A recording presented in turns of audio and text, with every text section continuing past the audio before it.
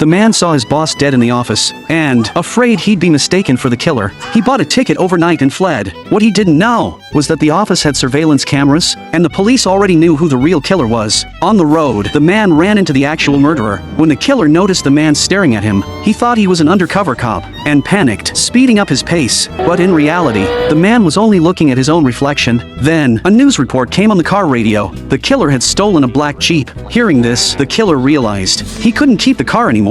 Later, the driver woke the man, telling him his fare only covered part of the trip. By chance, the man spotted a black Jeep on the roadside. He got in and drove straight to a nearby motel, using a fake name to check in. He was unaware that the motel owner had already noticed the Jeep and connected it to the wanted notice in the newspaper. The owner immediately called the police. When the man later read the news himself, he banged the wall in frustration, only to realize the killer was staying in the next room. Terrified he'd been exposed, he froze. Soon, the police arrived. The man wrapped his head in a towel, but they ignored him, since he didn't match the suspect's description. Just then, the motel owner pointed him out, insisting he was the fugitive. Thinking quickly, the man turned his head and shouted, "Look, a naked woman running outside." At that exact moment, the real killer walked out of his room. The police instantly opened fire. The man seized the chance to run. As gunshots cracked behind him, he thought they were shooting at him, so he zigzagged frantically, and even pulled off a somersault into the grass.